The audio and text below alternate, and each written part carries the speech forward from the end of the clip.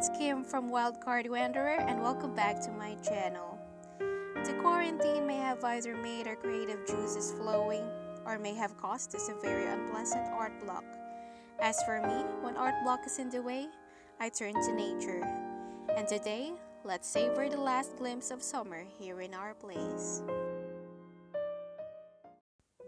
Instead of making large paintings that would rather make you feel unmotivated, I'm gonna show you my very simple ways of catching inspiration that would come from anywhere in nature. So let's jump right into it. First up, we have flowers and greeneries. Luckily, I live in a place where there are tiny flowers growing nearby. They may not be as rich and lush as in other countries or gardens. There are still very tiny blooms around.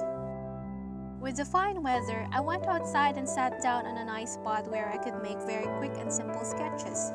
I brought my watercolor set, a few small scraps of watercolor paper, a pencil and a water brush, and I just tossed them into this crocheted purse made by my mom.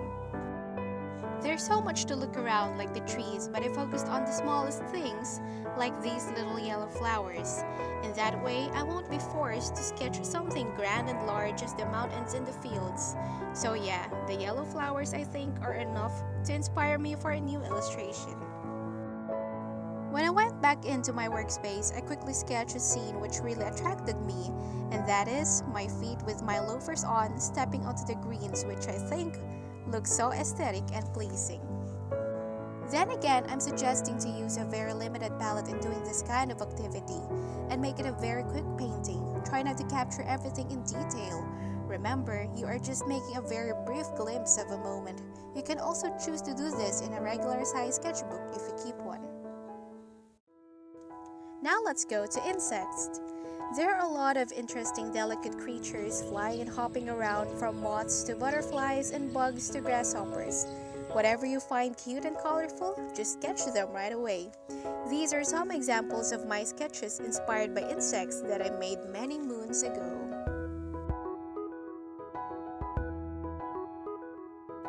Right now I'm painting the little lavender moth which I saw resting on one of the yellow flowers earlier. I totally adore its dainty wings and its shape is very simple and easy to draw. I chose to sketch it on a really small paper too. I used a combination of vermilion and cobalt blue for a nice light shade of purple. Then I used mauve for the outlines and the shadows.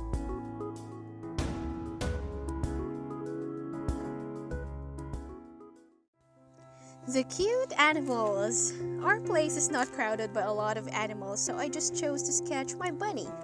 Meet Benjamin. I named him after the famous Beatrix Potter's The Tale of Benjamin Bunny, the cousin of the iconic Peter Rabbit. He's my only furry pet at the moment, but I also keep guppies with me. I love his brown fur, and here I am sketching one of his cute poses.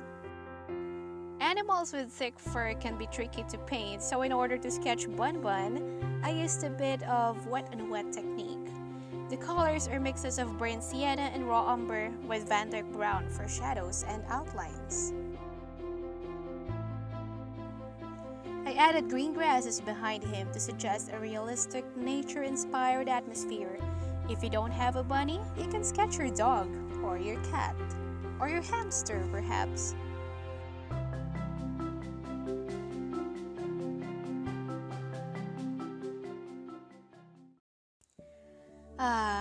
The last but not the least, the skies.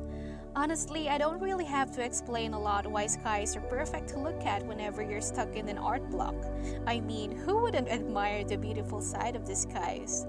My favorite is this type of clouds which are mostly visible on a sunny afternoon around 3 p.m. to 4 p.m. The fluffiness and the blue color is just so dreamy. I like coloring my clouds though, with not limiting to blue. I add some pink and orange shades to my cloud sketches because I'd love to envision bubblegums and cotton candies in them. To form the clouds, I just dab on a bit of paint and spread them lightly with water.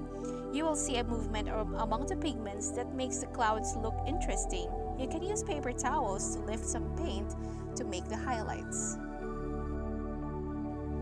And that's it! We're done with these simple watercolor sketches. You can stick them on a page of your journal for future inspiration, or you can decide to transform them into large finished paintings once you regain your creative energy.